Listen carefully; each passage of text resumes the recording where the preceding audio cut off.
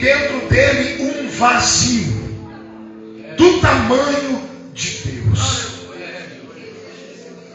Vou falar de novo que eu acho que ninguém entendeu. Filósofo é assim, fala coisa que eu tenho que pensar para depois entender. Todo ser humano tem dentro dele um vazio que o sexo não pode ocupar. As amizades não podem. O casamento não supre a carência desse vazio. O dinheiro também não.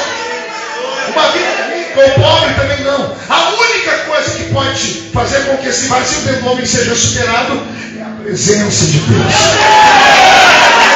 Só a presença de Deus supre a carência que há dentro do ser humano. O dia que eu li isso, eu entendi porque é que um dia, seguindo alguns atores americanos, tem alguns que eu gosto muito, e eu seguia pelas mídias sociais aquele ator chamado Robin Williams. Ele fez um filme chamado Patch Adams, que toda a igreja deveria assistir. Um filme muito lindo sobre humanidade, sobre vida, sofrimento. Robin Williams era um homem aparentemente perfeito. 1,90 m de altura, olhos azuis, cabelo extremamente bonito, queixo quadrado, rico, filho de família rica, moço querido. Todos os seus filmes foram uma explosão de sucesso nos cinemas. Ele sempre muito querido, seguido por todo mundo, homem conselheiro, etc. e tal. E um belo dia ele tira a vida dele. E aí no Twitter dele entram lá as figuras mais importantes de Hollywood dizendo assim: Robin, o que foi que aconteceu? Você tinha tudo. E o dia que eu vi que ele tinha tudo, eu falei: ah, se eu fosse amigo dele. Ele dizia para ele: Robin, o que falta em você sobra nos meus amigos brasileiros. O que falta em você com todo o dinheiro e toda a beleza sobra na casa daqueles crentes que eu conheço pelo meu país inteiro, que moram em população ribeirinha, na beira dos rios, na beira dos campos e valados. Pessoas que eu conheço que só tem na boca 2 dentes: o zagueiro e o atacante, que são a alma de pai e teta de mãe, não tem onde cair vivo e continuar morto. Pessoas que você sacudir elas de cabeça para baixo, não cai uma moedinha de 10 centavos. Mas você conseguisse abrir o peito delas, você encontrar um trono, e sentado nesse trono o céu e a terra, olhando para esse ser humano dizendo assim: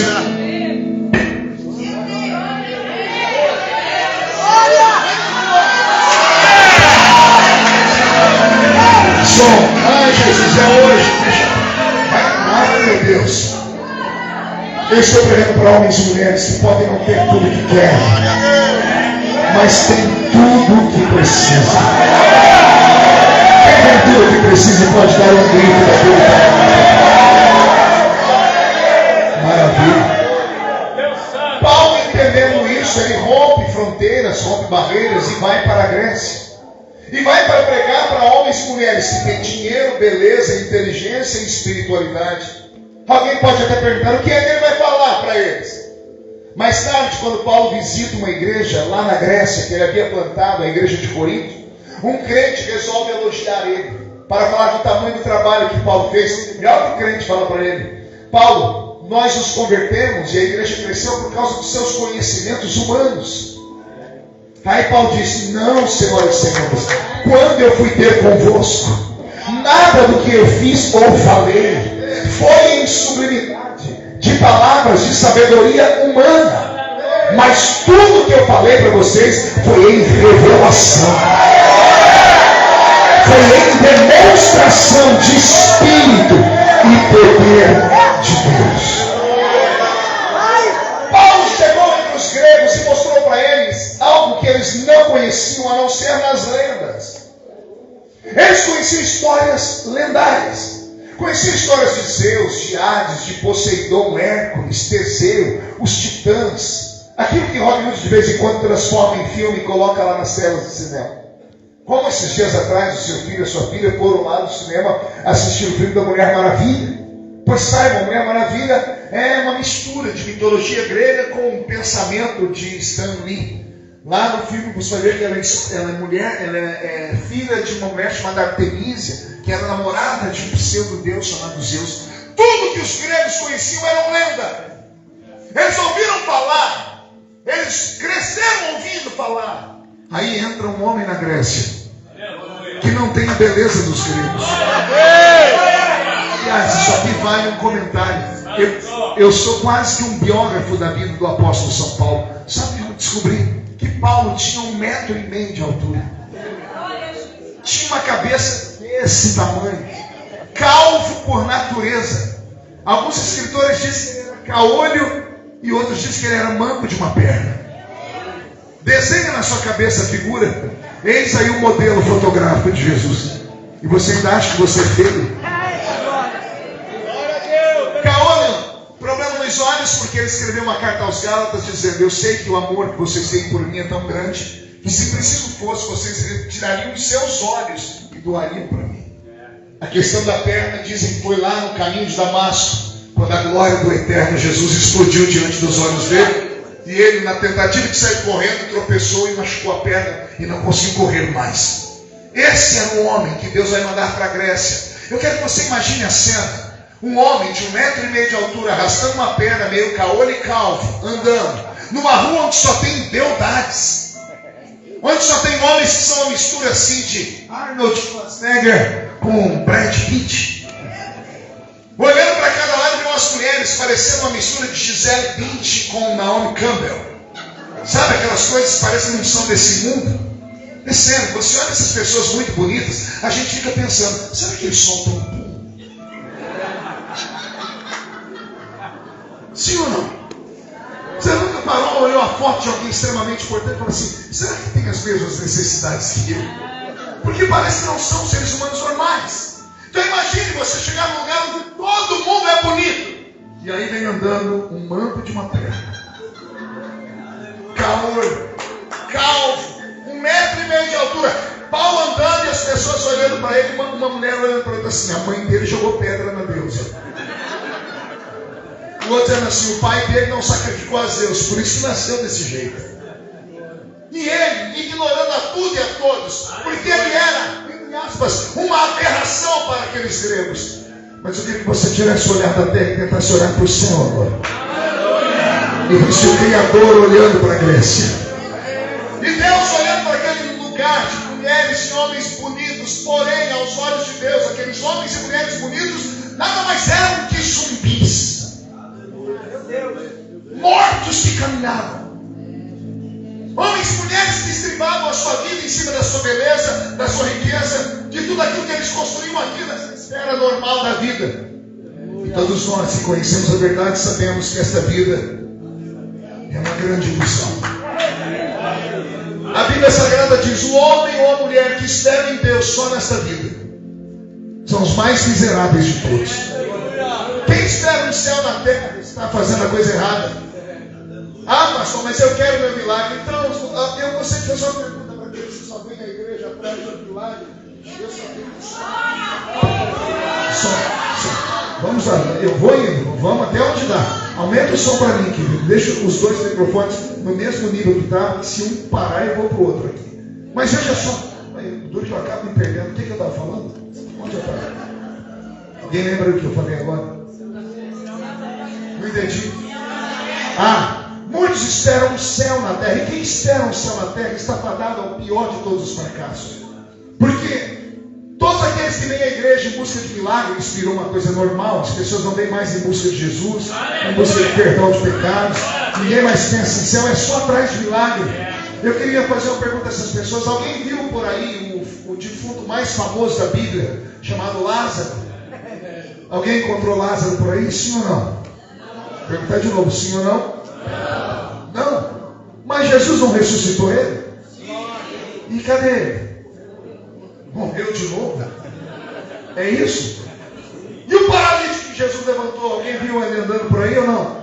Também não. O que aconteceu com ele? Então para que é que Deus manda milagres? Meu Deus. Até quando a igreja vai achar que milagre está acima de salvação? O milagre só tem um propósito, é um chamariz para trazer a pessoa. Porque o maior de todos os milagres não é o cego ver nem o paralítico andar, é o seu nome ser escrito no livro. Esse é o maior de todos. Deus olha do céu para a Grécia e vê aqueles defuntos apenas um vivo. E é esse vivo que vai pregar o evangelho aqui no povo. Uma das igrejas mais poderosas que o apóstolo Paulo planta é a igreja de Corinto. Diga comigo, Corinto. Alguém aqui já teve curiosidade para tentar entender como era o culto na igreja de Corinto? Eu estudei e eu fiquei perplexo. Falei, Jesus, eu queria ser pastor de uma igreja igual a de Corinto. Eu sou pastor de igreja, mas lá na minha igreja tem uns crentes lá que só Jesus na causa. Quando a gente fica perto deles, 5 minutos é perigoso de pegar um resfriado. De tão gelado que a criatura é. Tanto que na minha igreja nenhum obreiro senta no púlpito. Eu fechei o púlpito, eu falei, vamos sentar todo embaixo. Porque quem está no púlpito é que manda um recado para a igreja como tem que ser. Se nós temos um púlpito alegre, a igreja vai ser alegre. Mas se temos um púlpito onde as pessoas parecem que estão em um teatro, a igreja vai ser parecendo com um teatro. Então eu tirei todo mundo do púlpito. É a Assembleia de Deus, a minha igreja. Nós sentamos todo mundo do lado. E eu fico na frente gritando. Quando alguém fica muito quieto do meu lado, eu dou um tapa na perna e digo, reaja ou vai embora. Chega de velório, isso aqui. Culto é guerra. Culto não é entretenimento. Aquelas pessoas que vieram aqui hoje assim, eu vou lá porque a minha alma está doente. Eu vou porque eu preciso sentir algum alívio. Você está no lugar errado. Você quer autoajuda. Se você quer autoajuda, não vem numa igreja, Assembleia de Deus. Vá numa banca de revista. Compre o último livro do Dr. Lair Ribeiro. 48 razões porque mesmo vesgo eu me pareço com o Thor. Quer autoajuda? Leia esses livros. Quer autoajuda? Não, porque não quer ir na banca de revista? Digita na internet aí, Google, Pablo Marçal. E vai escutar o que ele fala. Você vai ver ele falando assim, não importa o que você fez no verão passado. Jesus te ama. Se você quer autoajuda, não venha à igreja. Igreja não é lugar de autoajuda. Igreja é lugar de ajuda do alto. E a ajuda do alto só desce quando tem crentes vivos. E crente vivo reage. Paulo planta a igreja de Corinto, a igreja mais viva de todos. Pense numa igreja que para você entrar no culto você tinha que pegar uma senha. Pegar o quê? Uma senha. Pergunte para quê? Para saber que hora do culto você podia profetizar.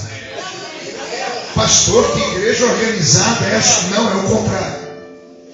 Paulo estava pregando, os crentes eram tão cheios de Deus que um levantava em profecia, que ele parava para escutar o daqui e levantava outra. Ele está tentando ouvir os dois aqui, levanta outro lá atrás. Ele está tentando escutar os três, levanta outro aqui. Um dia Paulo se enfureceu e gritou, irmãos, chega. Todos podem profetizar, mas cada um a seu tempo. Mistério. Todo mundo pode falar em línguas, mas desde que Deus levante alguém entre nós que interprete as línguas.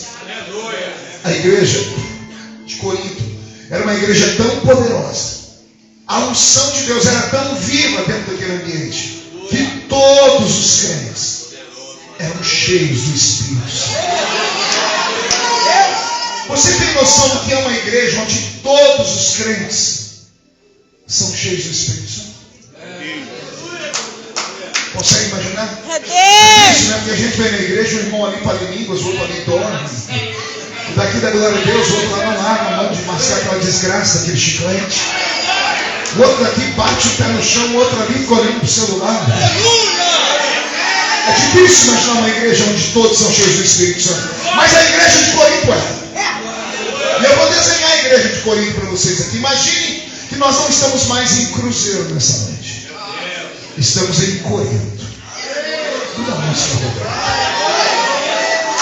E eu sou pastor de Corinto agora e eu estou dizendo aos membros da igreja, cuidado. Meu Deus! E alguém pergunte, por quê, pastor? Porque o irmão que está na sua esquerda é profeta. O que está à sua direita tem o dom de variedade de línguas. O que está atrás de você tem o dom de interpretar as línguas. O que está à sua frente tem os dons de curar os enfermos. Essa turma que atrás de mim tem a palavra do conhecimento, o dom da revelação. Aquela turma que está lá fora atrás, eles têm o dom de discernir os espíritos. Eles esses que estão nos cantos da igreja têm o dom de operação de maravilha. Imagine uma igreja onde todos os crentes eram possuídos pelo Espírito Santo. Esta era a igreja de Corinto. E no capítulo 19, Paulo está vindo de um congresso lá. Ele diz: tendo saído de Corinto, passei as regiões mais altas e me dirigi à cidade de Éfeso. Diga comigo, Éfeso. Éfeso era um grande desafio. Oswaldo, Paulo já tinha pregado lá em Éfeso, logo no início do ministério dele. Mas ele chegou lá muito jovem. E o que sobra para o jovem é muito bom. Sobra vigor, coragem, ímpeto, força. Amém? Amém. Só que o que sobra para o jovem, de um lado e falta do outro. Porque falta ao jovem a experiência. E aí a falta da experiência pode encurtar a vida do jovem que é tão forte. Não sei os senhores, mas depois que meus cabelos começaram a ficar brancos, eu passei a ter medo de estrada. Passei a diminuir a velocidade. Vou comer, eu pergunto, tem isso, tem aquilo, muito açúcar, pouco sal, glúten, como é que está esse negócio aqui? A gente começa a ficar com medo. Aí eles falam: você está medroso, pastor? Não, a gente passa a ficar prudente. Paulo entrou em Éfeso a primeira vez, cheio de gás, mas não tinha experiência. Glória a Deus, aleluia. Ele vai contar mais tarde: eu fui impedido pelo Espírito de pregar em Éfeso. Ele subiu à cidade, depois de pregar 15 minutos, ele teve que sumir, porque as pessoas ameaçaram matá-lo, ameaçaram linchá-lo publicamente, porque ele chegou gritando contra os deuses da Grécia. Faz feito aquilo que um evangelista faz quando tem muita jovialidade. Chegamos sem ter medo de ninguém, nem de nada, falando o que vem na cabeça. E isso lhe custou caro, quase morreu. Ele teve que descer ao porto, se esconder no cais, entrar no meio dos navios e se esconder entre os tambores para não morrer. Ele fez um voto de nunca mais voltar lá. Só que agora os anos passam. Atos 19. Paulo é um velho. Orando a Deus, depois de fazer 3 grandes viagens missionárias, ele pergunta: para onde vou agora, Senhor? E o Senhor diz: Éfeso. Eu imagino um nó na garganta, o medo, pastora Sara. E ele dizendo: Senhor, o senhor tem certeza? É Deus. Paulo, Éfeso, Senhor, eu fui lá e fui expulso. Sim, Paulo, você foi expulso porque você só era jovem. Senhor, mas agora eu não tenho mais vigor de antes. Você não tem o vigor, mas tem a experiência. Aleluia! Paulo empreendeu a viagem, entrou na cidade de Éfeso. Quando ele desceu no cais do porto, ao invés de sair pregando, ele entrou pianinho, em silêncio, e começou a sondar a vida dos homens e mulheres que moravam em Éfeso. Ele começou a conhecer a cultura da cidade. Ele começou a ver do que o povo gostava. E para espanto de Paulo, ele encontra na cidade de Éfeso um templo erigido a uma deusa pagã chamada deusa Diana, a Diana dos Efésios, conhecida como Rainha dos Céus. Paulo observa o templo. Se você quiser uma hora saber mais sobre ele, é só digitar no Google também. Templo da deusa Diana em Éfeso, uma das 7 maravilhas do mundo antigo. Um templo tão gigantesco que tinha 800 portas para entrar nele.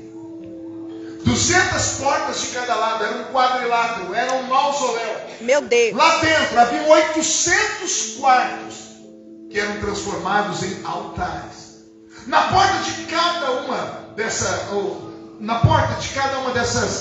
entradas do templo estava um homem ou uma mulher. O homem era um sacerdote, a mulher uma sacerdotisa, ambos sacerdotes da deusa Diana. A deusa Diana era conhecida como a deusa do amor, também conhecida como deusa da fertilidade. As pessoas que procuravam o auxílio da deusa Diana, que queriam um milagre para romper na vida financeira, na vida amorosa, queriam ter filhos, queriam ser bonitos, queriam ser especiais, famosos. E a tradição diz que quando a pessoa chegava na porta, escolhia um sacerdote, uma sacerdotisa, entregava a oferta, a pessoa, o sacerdote ou a sacerdotisa pegava a oferta, ia lá dentro, fazia um sacrifício à deusa, e possivelmente ouvia a voz da deusa, e voltava e dizia assim: a deusa pediu a você um sacrifício especial. Você vai ter que voltar aqui com 5 homens, ou com 5 mulheres, ou com um cachorro, ou com um cavalo, ou com uma vaca, para entrar dentro de um dos apartamentos que tem aqui. E lá, num culto de perversão, você fazer uma orgia. E a Deus então te dará o seu milagre. A cidade de Éfeso era uma cidade pagã e pervertida. Porque o Deus que eles queriam era tudo o que o homem sonha. Um Deus que dá liberdade aos seus mais miseráveis pecados. Um Deus que apoia as suas perversões. E aí, o resultado seria um poderoso milagre. Quando Paulo percebe que a cidade inteira é dominada pela perversão sexual, Paulo se escandaliza. Anda mais alguns metros e descobre no centro da cidade o maior centro de feitiçaria da Europa. Uma escola de bruxos. Pior do que aquela que seu filho assistiu lá em Hogwarts, que é do Harry Potter. Mas foi escola de verdade, onde os homens e mulheres aprendiam a flutuar, fazer mandinga, fazer coisas contra as pessoas para matar, para roubar, para enriquecer e coisas piores. É nesse ângulo que Paulo vai pregar. E depois que ele mapeia a cidade, ele vê que a cidade é entregue à idolatria, aos pecados mais podres da alma de um homem e a feitiçaria. Paulo começa a entender. Agora eu sei porque eu apanhei aqui da outra vez. Porque os demônios aqui são extremamente alimentados com sacrifícios. E onde há muita miséria, pobreza, infelicidade e demônios, a luz do Evangelho, para chegar, ela tem que chegar com estratégia e ela tem que ser muito forte. Porque essa luz, para romper no meio das trevas, não é nada fácil. Paulo mapeia a cidade, vai andando. Eu imagino ele orando, dizendo: Senhor, como é que eu vou ganhar essa cidade para ti? E ele vira em uma esquina, e do outro lado da esquina está vindo 12 homens. 12 homens que ele nunca viu na vida. Ele olha para os 12 e nenhum carrega a Bíblia, porque a Bíblia não estava escrita ainda. Nenhum deles tem uma roupa de crente, porque crente e judeu era tudo a mesma coisa, usavam sempre a mesma roupa. Mas quando olha para aqueles 12 homens, Paulo, ele percebe que eles são crentes. E a pergunta que fica é: como é que ele sabia, pastor? Meu Deus! O Espírito que estava em Paulo. Aleluia! O Espírito que estava nele. E eles eram filhos do Deus. E o interessante é que Paulo para os 12 homens para uma conversa. E a primeira pergunta de Paulo me deixa assustado. Porque o crente, quando encontra outro, a primeira coisa que ele faz é saudar, né? Paz do Senhor, irmão, paz de Deus, Shalom, how are you? Hoje cada um cumprimenta de um jeito. E depois dão 3 beijinhos, um abraço apertado, aí alguém fala: qual é o nome da sua igreja? Aí quando diz a pessoa: mas de qual convenção que é? É uma série de perguntas para chegar ao denominador comum de que ambos são ou devem manter comunhão. Paulo olha para aqueles dois e faz uma pergunta estranha. Paulo encontra 12 crentes e pergunta para eles: vocês conhecem o Espírito Santo?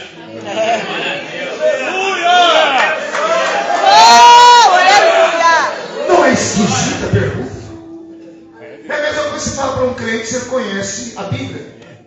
Se ele falar que não conhece a Bíblia, você pergunta: como é que você é crente, então?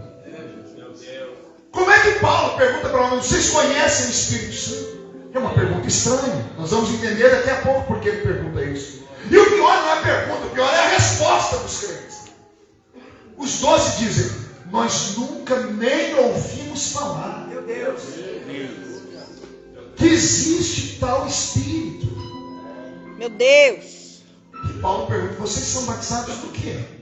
Somos batizados nas águas. Batismo para arrependimento. Nos arrependemos dos nossos pecados, somos filhos, conhecemos Jesus e vamos para o céu. E Paulo diz: amém.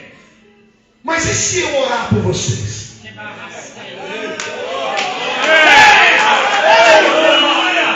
Vocês acreditam que há Espírito Santo? Existe uma doutrina chamada pneumatologia, que é a doutrina do Espírito Santo, ou paracletologia, a doutrina do Espírito Santo. E Paulo sistematiza a doutrina e fala para eles, e eles acreditam. E a Bíblia diz em Paulo, impondo a mão sobre os 12. Todos começaram a falar em outras línguas. E ficaram cheios do Espírito.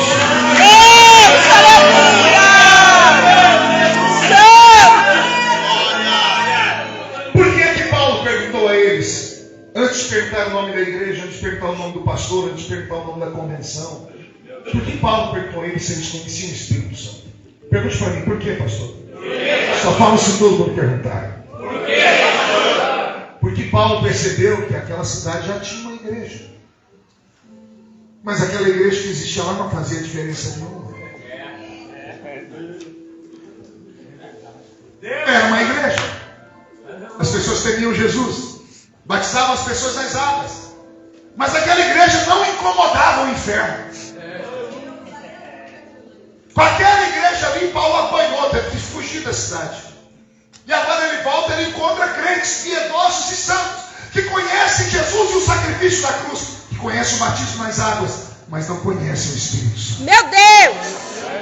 Aí Paulo deve ter olhado para o céu, dando uma gargalhada, dizendo, agora eu entendi isso. Agora eu sei porque o diabo manda na cidade. Agora eu sei porque eu apanhei aqui. Porque não basta a cidade ter uma igreja. E também não basta uma cidade ter uma igreja em cada esquina. Se esta igreja não faz a diferença,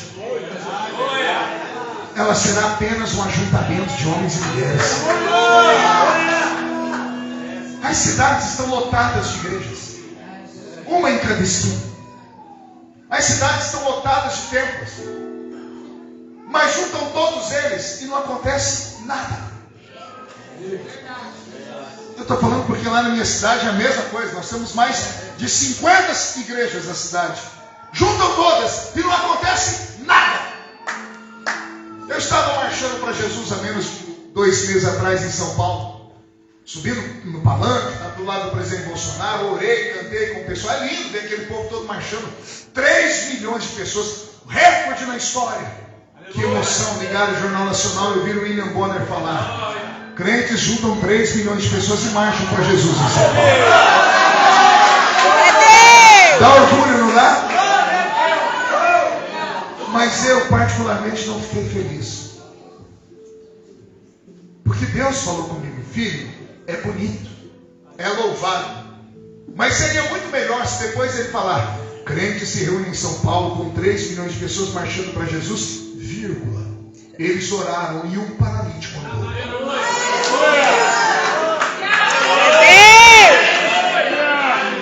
Eles marcharam, oraram e um cego viu. Um surdo ouviu. Alguém foi curado pela mesma dor de dente. Ou se alguém pelo menos falasse, só teve uma prostituta que viu o povo cantando e aceitou Jesus como Salvador. Não acontece nada. Meu Deus.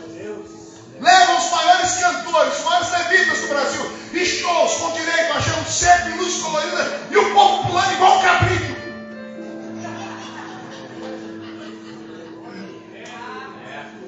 Com direito a moça subir no ombro do rapaz, o rapaz subir no ombro da moça, todo mundo da toalha e fala assim, estamos livres em Cristo, uau, uau.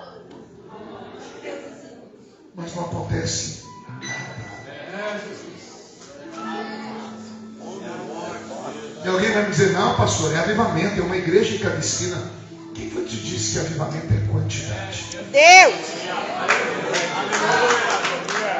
Avivamento nunca foi quantidade. Avivamento é qualidade. Me dê aqui em Cruzeiro, meia dúzia de crentes malucos.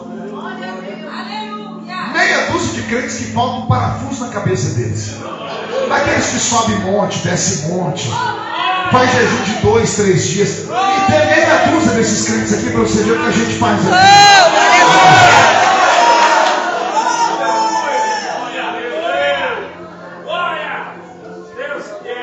Paulo, quando orou por esses homens, eles se converteram de verdade, receberam o Espírito Santo, começou a pregar em Éfeso. 3 anos e meio, diz a Bíblia, que Paulo pregou naquela cidade. Quantos anos? 3 anos e meio. E o templo da deusa Diana desapareceu na história. Não era só uma igreja, é uma das 7 maravilhas do mundo antigo.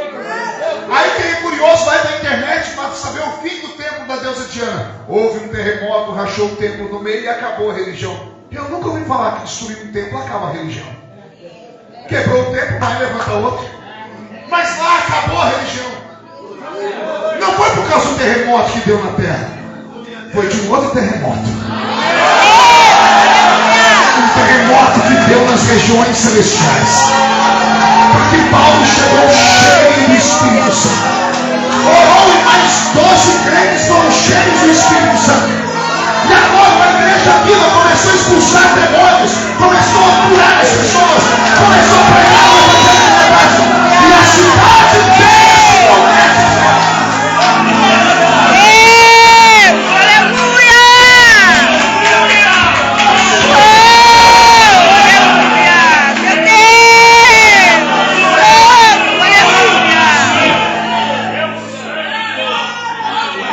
Vou falar de um homem na Bíblia em 2 momentos. É o mesmo homem. Ele está seguindo Jesus de longe, porque Jesus está sendo preso. E ele nega Jesus diante de 3 testemunhas. Medo de morrer, de apanhar, de ser crucificado. 53 dias depois. Quantos dias depois? 53. Esse mesmo homem salta no meio de uma multidão. Aleluia. E começa a dizer: aqui não tem ninguém bêbado. Aleluia. O que aconteceu aqui foi o que foi predito pelo profeta Joel, que disse: nos últimos dias, diz o Senhor, derramarei do meu espírito sobre todos vossos filhos e vossas filhas E a Bíblia diz que depois de falar isso, esse homem tirou um chicote de uns 30 metros e começou a espancar a multidão, chamando todo mundo de assassino. Assassinos! Mataram o varão Jesus crucificado na cruz. Esqueceram do que foi dito pelos profetas. Ele começa a pregar uma mensagem tão perfeita e tão corajosa, que aí quando você lê o nome do camarada, diz assim: o que aconteceu com ele? Glória a Deus. Aleluia. Qual é o nome desse homem? Pedro. 53 dias antes ele nega Jesus diante de 3 pessoas, uma vendedora. É Deus. 53 dias depois ele enfrenta uma multidão de 6 milhões de pessoas. Jerusalém tinha 6 milhões de judeus naquele dia. A Bíblia Sagrada fala de 14 nações que estavam ali reunidas em Atos capítulo 2. Tinha judeus que vieram da Frígia, Panfilha, Ásia, que vieram de Cirene, da Etiópia, que vieram da Arábia. Você vai encontrar ali gente do mundo inteiro num dia de festa. O que aconteceu com Pedro? Pergunte para mim o que foi, pastor. Foi mais ou menos assim. Estavam todos reunidos no mesmo lugar, quando de repente veio do céu um som, como de um vento forte e impetuoso, e encheu a casa onde estavam assentados. E foram vistos por eles línguas repartidas como de fogo, as quais pousaram sobre cada um deles. E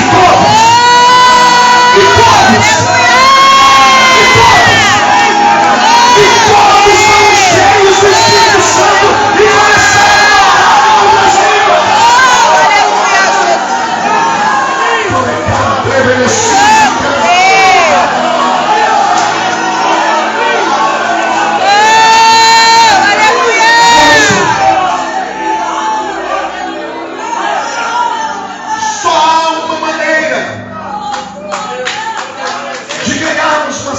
Para Jesus, não é fazendo fórmulas, não é a gente indo para reuniões e aprendendo matemática e evangelho. Se cada 2 crentes ganhar uma pessoa no período de 6 meses, teremos X pessoas salvas. Deus. Eu sou pastor de igreja, a gente sonha com fórmulas de crescimento. Já tentei de tudo, pense em tudo, já tentei. Célula, encontro, tudo que você imaginar, já tentei. E cheguei à seguinte conclusão: só tem um jeito da igreja crescer. É o pastor ter coragem de primeiro colocar o povo em santidade. Sem santidade ninguém verá o Senhor e poderá. Se não tivermos coragem de educar a igreja, de ensinarmos que o corpo deles não foi feito para ser uma bola de basquete, para passar de mão em mão em quem quer que seja. Se não falarmos que o corpo deles é templo do Espírito Santo, nada vai acontecer na igreja. Porque quem dá os dons é o Espírito Santo. Jesus está aqui, mas representado pelo Espírito Santo. Eu rogarei ao Pai, Ele vos enviará um outro Consolador. Jesus agora está sentado à destra de Deus Pai. Ah, pastor, mas a Bíblia diz que quando estiver 2 ou 3 reunidos, ali está o Senhor no meio deles. Está sim, mas não em corpo presente. Mesmo sendo Ele onipresente. Ou seja, pode estar em qualquer lugar, em todo tempo, a qualquer hora. Mas pela lei estabelecida pelo próprio Deus, cada membro da Trindade teve a sua ocupação na terra. De Gênesis a Malaquias foi Deus Pai. De Malaquias até os dias em que Jesus Cristo viveu por aqui, foi Deus Filho. Jesus subiu e disse: não deixe vocês órfãos, eu enviarei um outro Consolador. Vivemos os dias do Espírito Santo. Sem a presença dele nós não vamos a lugar nenhum. Sem a presença dele não há dons, não há frutos. Porque a Bíblia diz que os dons são dons do Espírito Santo. Os frutos são frutos do Espírito Santo. Quem encheu dele foi o Espírito Santo. Quando se separava um membro para ser um membro do ministério, alguém gritava, ouvi a voz do Espírito Santo: apartai para mim Paulo e Barnabé para a obra que eu tenho chamado.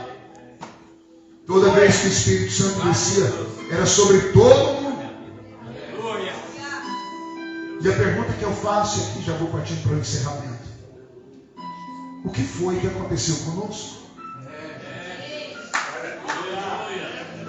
Com os mais novos eu não posso falar, mas com esses de cabelos brancos aqui eu posso falar. O que aconteceu? É Deus. Porque nós somos de uma outra época. Uma época em que o culto, tendo ou não um pregador de nome, Jesus operava. Ninguém vinha em busca de um agitador de águas. Não precisava de um cantor de fama, não precisava ter 1 milhão de instrumentos. Era o pandeiro e a sanfona. E o velho hino 15 da harpa cristã. Meu Deus! Foi na cruz onde um dia eu vi e o céu despencava dentro da igreja. O que foi que aconteceu com cada um de nós? Será a modernidade? Ou será a mundanidade? Porque você pode ser uma pessoa moderna. Eu sou um homem moderno. Mas eu nunca deixei a minha espiritualidade de lado. Oh, aleluia! As pessoas mudam. Mudam no intelecto, mudam por fora. Mas a alma, os sentimentos por Deus não podem mudar nunca. Você pode mexer na embalagem, mas não pode mexer no conteúdo. Se não houver uma mudança agora, nós não teremos amanhã. Aproveite.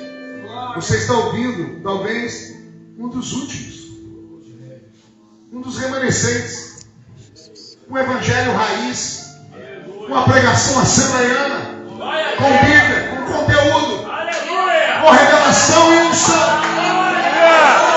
Não esse evangelho falido, esse evangelho de internet, esse lixo de internet que nossos filhos andam comendo. Onde as pessoas querem só vir na igreja e derramar uma lagriminha de crocodilo. Eu chorei.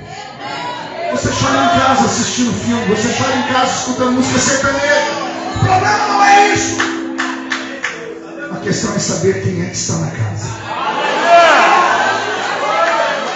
O Espírito Santo está na casa. E quando ele está na casa, milagres acontecem, batismos acontecem. Deus levanta pregadores, Deus levanta missionários, Deus restaura a família. Deus usa os nossos jovens.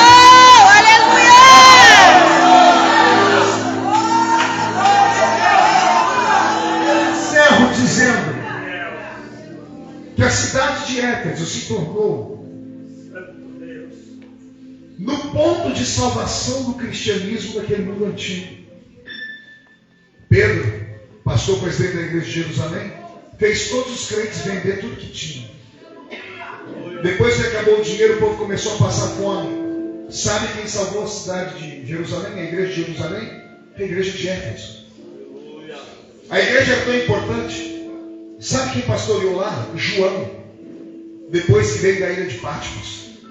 Foi para aquela igreja que ele contou a respeito do Apocalipse. Tanto que quando ele escreve a carta, o livro do Apocalipse, começa com 7 cartas. E uma delas, a igreja de Éfeso. A igreja de Éfeso tem um sinônimo para nós tão grande, pelo que poucos de nós tenhamos paciência de estudar, que Paulo escreveu uma carta inteira para Éfeso. E a carta inteira ele fala de guerra, batalha espiritual. No capítulo 6 ele fala da armadura. Aleluia! Alguém lembra? Mas antes de falar da armadura, ele dá um grito dizendo assim: não vos embriagueis com vinho que há contendas, mas enchei-nos do Espírito Santo. Na presença do Espírito Santo, na guerra e na batalha, porque Paulo sabe que a nossa guerra não é contra a carne nem contra o sangue, mas contra os principados, tronos e potestades do ar. Me escute, não tenha medo. Os demônios já não nos temem. Por isso não se manifestam mais nos cultos. Já reparou que não há mais manifestações em cultos comuns? Tem que marcar um culto especial. Tem que ser um culto especial de libertação. Olha aí, Deus! Meu Deus! Um dia eu participando de um debate, alguém falou assim para mim, Oswaldo. Estavam num debate e falou assim: ó, os demônios não se manifestam porque não existem.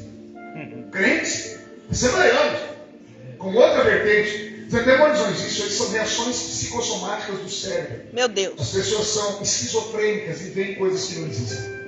Levantou outro e disse assim: não, demônios não entram na minha igreja porque os meus crentes são preparados, a igreja é cheia do Espírito Santo. Eu levantei os olhos e disse assim: não é não, porque eu já preguei lá.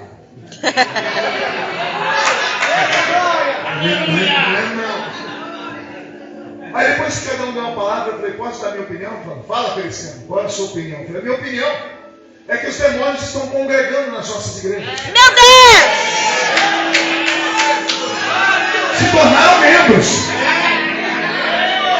Nada incomoda eles. Como é que você acha que uma pessoa cai endemoniada na igreja? O demônio entrou naquele corpo naquela hora e gritou: ah! Não, o demônio estava dentro da pessoa. Só que quando a pessoa entrou na igreja e ela sentou perto de crentes cheios do Espírito,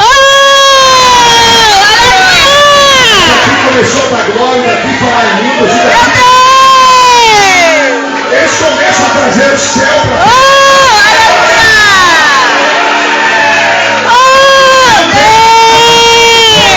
e eles gritam em protesto para sair. Demônios não manifestam mais em cultos porque nada do culto incomoda eles. E se eu estiver falando muito, por favor, me corrija. Vou dar um exemplo prático. Eu acabei de chegar aqui na igreja e vim 4 horas de viagem e corri aqui no banheiro. Quando eu estava indo para o banheiro, eu não conseguia chegar porque tinha umas 5, 6 moças indo para o banheiro juntas, todas com o celular na mão. Meu Deus! Aí eu comecei a pensar: queridos, essas pessoas podiam ter ido no culto antes, ir no banheiro antes do culto começar, ou ir depois que o culto terminar. É Deus! Mas não, fazem de propósito. Vão no banheiro no meio do culto. E nunca vão sozinhas. Precisam de testemunhas. Preciso testemunho para ver o que ela está fazendo lá dentro do vaso sanitário ou que ela vai falar com alguém. As pessoas entram aqui dentro como se estivesse entrando na casa, estavam enjoadas. E a igreja não é casa da mãe Joana. Isso aqui não é um teatro, você aplaude quando gosta, vai quando não gosta. Isso aqui não é um cinema, quando você escolhe o filme que quer ver. Aqui ainda é um quartel-general. E se tem algum crente de verdade que acredita nisso, não dá um grito agora, não dá um pé.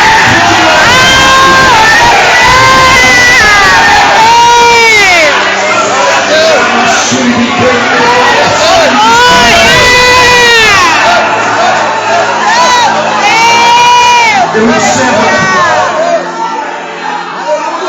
fazendo uma pergunta. Eu quero que você preste atenção na pergunta, porque eu quero ouvir sua resposta. É possível um homem ou uma mulher cheios do Espírito Santo mudar o curso de uma nação inteira? Sim ou não? Como nem todo mundo respondeu, eu vou diminuir. Será que é possível um homem ou uma mulher cheio do Espírito Santo mudar pelo menos o rumo de um estado? Nem todo mundo ainda veio comigo. Vou perguntar de novo. Será que um homem ou uma mulher cheio do Espírito Santo pode mudar o rumo de uma cidade? Melhorando. Estou chegando no padrão. Mas ainda não ouvi todo mundo. Será que um homem ou uma mulher cheio do Espírito Santo pode mudar o rumo da sua família? Todos responderam? Responda a minha próxima pergunta, se for capaz. Se é possível, porque alguns aqui disseram que um homem ou uma mulher pode mudar a nação.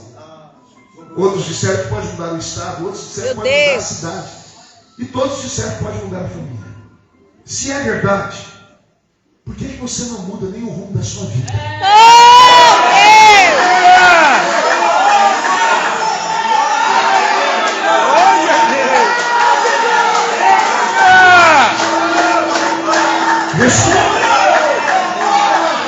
Você afirmou que é possível. Então, duas formas de responder essa pergunta. Primeiro, ou é mentira, ou um homem ou uma mulher cheio do Espírito Santo não muda porcaria nenhuma. Ou a segunda parte, que provavelmente é a mais séria. Você pensa que é cheio do Espírito Santo, mas não é. É Deus! Porque se fosse, você mudaria o rumo da sua história. Quando eu fui para Brasília, a primeira vez, há 12 anos atrás, pastores, falaram para mim, a igreja vai perder um profeta.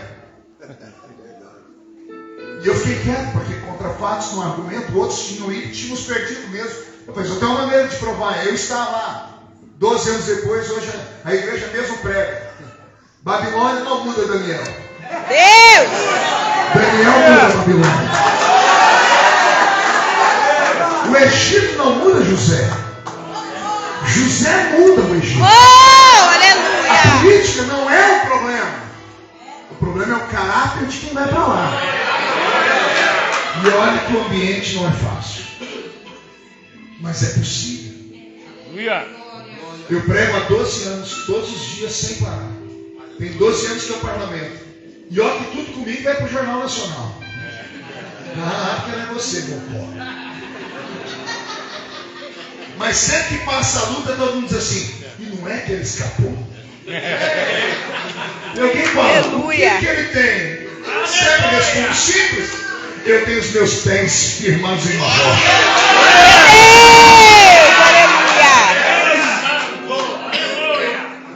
Eu não me vendi. Eu não sou perfeito. Mas eu sou crente. Só tem uma maneira de eu ser crente naquele lugar. Pergunte como. É pingando azeite. É ser cheio do Espírito Santo. E eu falei, é possível. É tão possível que hoje até a primeira dama da República, quando Jesus pega ela, ela entra no ministério. Quem já perguntou línguas aí? Aí eu faço uma pergunta para a senhora, senhorita, toda bonita aí, parecendo uma árvore de Natal. Por que a senhora não grita e fala em línguas também?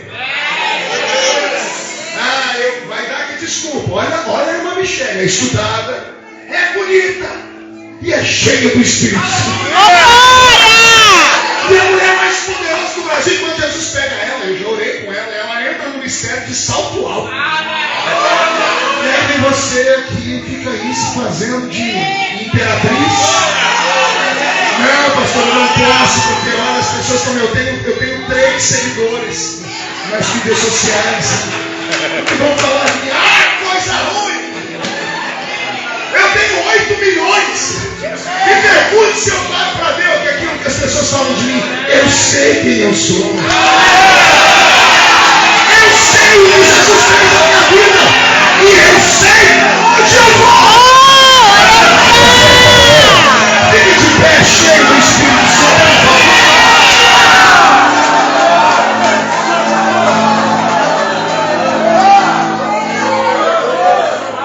Não dê desculpas.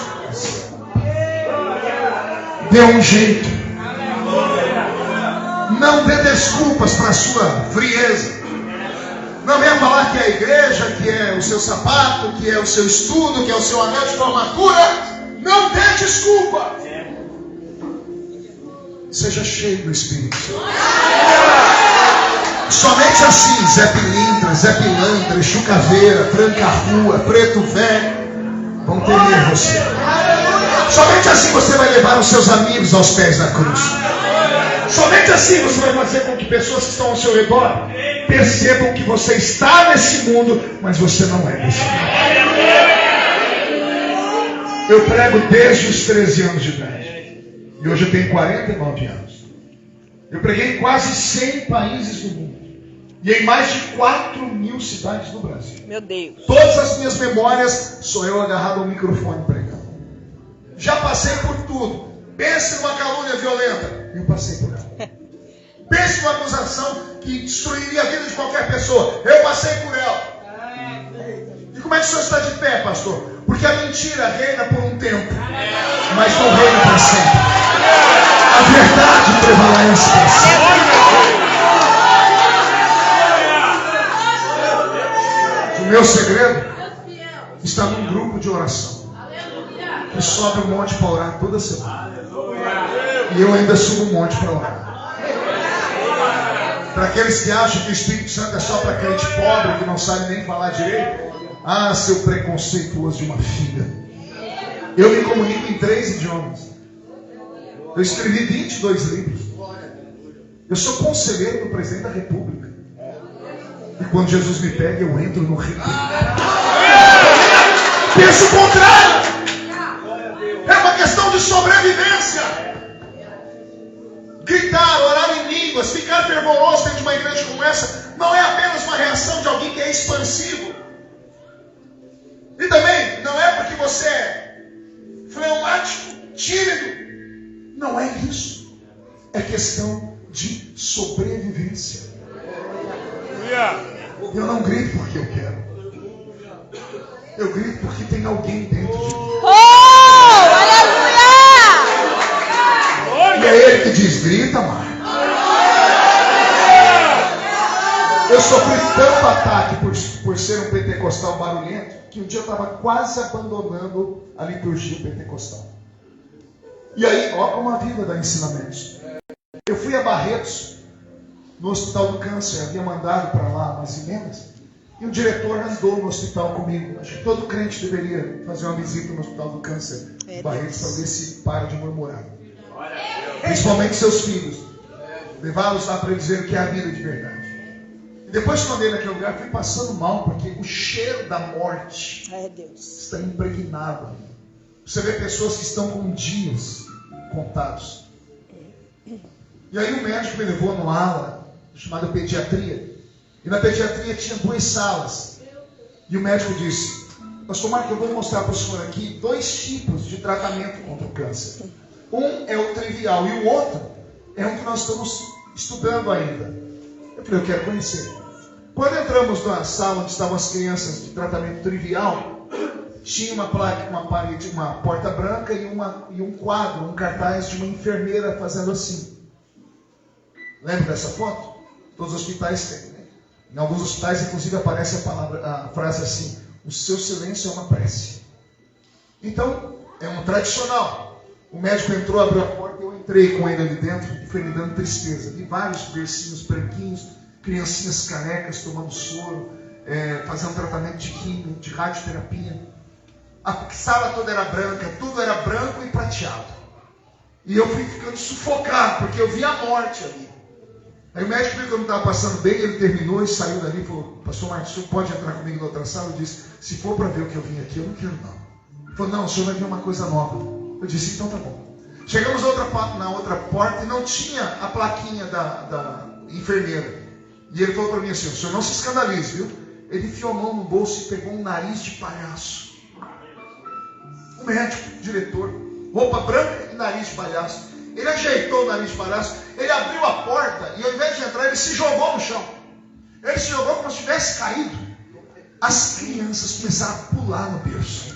As enfermeiras lá dentro já sabiam da história, já pegaram uma buzina, uma pegou um reco-reco, começaram a fazer uma barulheira lá dentro. As paredes não eram brancas, eram coloridas. E a molecada pulando em cima, dando pulo naqueles bercinhos. Elas eram carequinhas iguais às outras. Elas estavam tomando soro igual às outras. Desculpa. Mas as outras estavam morrendo. E essas estavam com uma vontade de viver tão grande. Elas pulavam e cantavam. E depois eu brinquei com elas. Quando saímos dali, o doutor tirou o nariz e disse assim: esse é o tratamento. Eu disse: qual? Ele disse: grito, pulo, alegria. E eu disse: mas cientificamente o que significa? Eu disse: pastor, o câncer é uma célula morta e todo ser humano tem. Porque nós não temos uma, nós temos trilhões de células. Basta uma única célula estar morta e algo estartá-la para o câncer ser desenvolvido. Pessoas magoadas, pessoas que não perdoam, Meu Deus. pessoas que carregam ódio no coração. Essas pessoas têm uma tendência tão grande a desenvolver o câncer que elas não sabem. Se soubessem, pegariam o peso do passado e jogariam para fora. Por isso que o cristianismo cura. Porque nós ensinamos: perdoa. Nós ensinamos o que é o perdão. Esquecimento, eu não esqueço, pastor. Só Deus esquece. Então, tenha o perdão como uma forma de viver, uma escolha. Eu escolho, ainda que é uma escolha. Escolha caminhar com a pessoa, ainda que você já não confie mais nela. É uma prática, é um treino. É melhor do que carregar o ódio no coração e a mágoa na alma. Aqui em São Paulo tínhamos uma loja chamada Daslu. Alguém lembra da Daslu? Era o templo do luxo de São Paulo. A dona da Daslu foi presa porque foi denunciada, descobriram que ela vendia produtos fakes lá dentro. A vergonha que ela passou foi tão grande, ela desapareceu da alta sociedade. Um ano depois, eu estava lendo a revista, a Folha Ilustrada, da Folha de São Paulo, e estava entrevistando a ex-dona da Daslu. E ela contou a vida dela. Ela disse que depois que ela saiu dali, foi exposta em rede nacional, os amigos viraram as costas, ela desenvolveu um câncer. E o médico disse que era emocional. Quando ela se sentiu sozinha, magoada e machucada. O médico disse: se o câncer é uma célula morta, quando ele aparece, você tem duas maneiras de tratá-lo.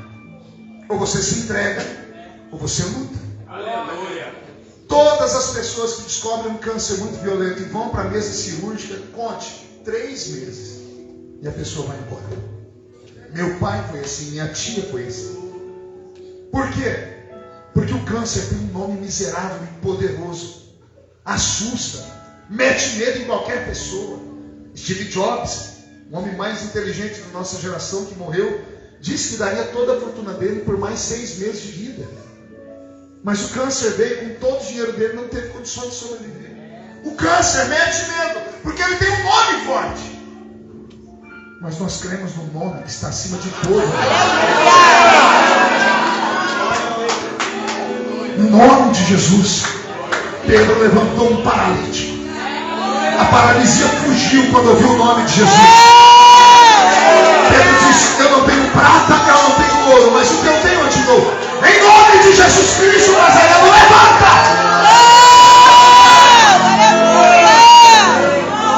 O médico está crescendo, a pessoa se amedronta, porque ele vai assustando as outras células, dizendo: eu cheguei e vou matar todo mundo. Ele disse: mas quando essas crianças começam a cantar e a gritar, as células vivas se revoltam contra a célula morta e começam a dizer: aqui não, nós queremos viver, nós queremos viver, nós queremos viver. Por isso que o culto pentecostal, ele não é só um culto, é uma terapia. Grita,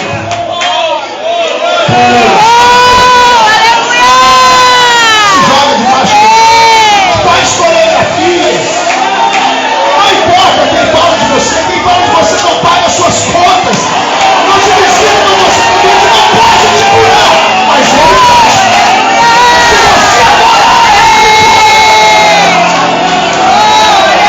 fecha os olhos, pastor Roberto vai cantar um louvor agora. Nós vamos adorar a Deus. O Espírito Santo está aqui. Refaz as pazes. Nosso amigo Santo Espírito. Ele está aí? Estão sentindo ele aqui?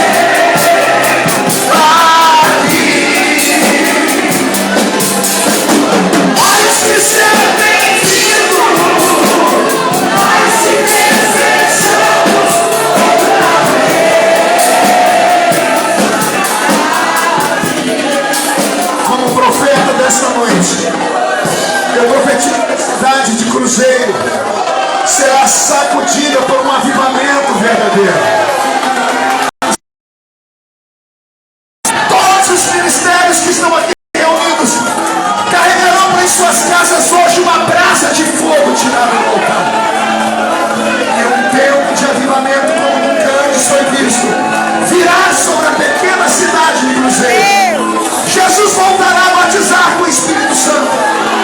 Vai curar os enfermos, libertar as vidas e salvar as almas. E só quem acredita dê um grito bem alto.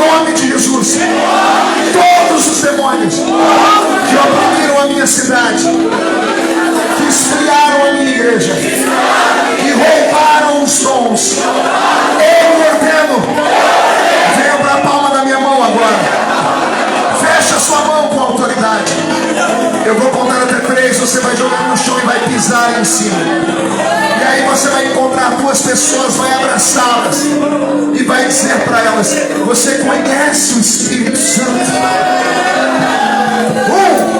Você nunca mais será o mesmo. 1,5. Sua família sentirá orgulho de você de novo. 2. Quem viver verá para ver o que Deus fará em cruzeiro. 2,5. Deus está virando a sua vista, a sua vida, a sua igreja, o seu ministério do avesso. O avivamento está chegando. 3. Jogue no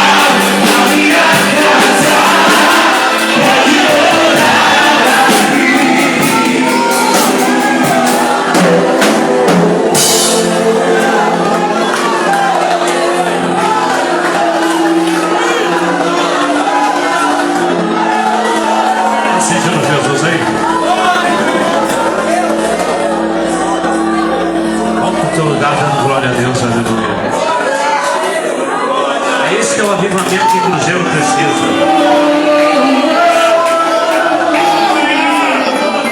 Esse é o avivamento. Pastor Gil, é filho do senhor?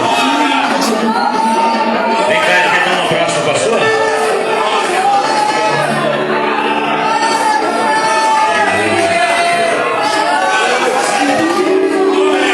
Fala para quem está ao teu lado, isso é avivamento. Você pode aplaudir Jesus bem forte?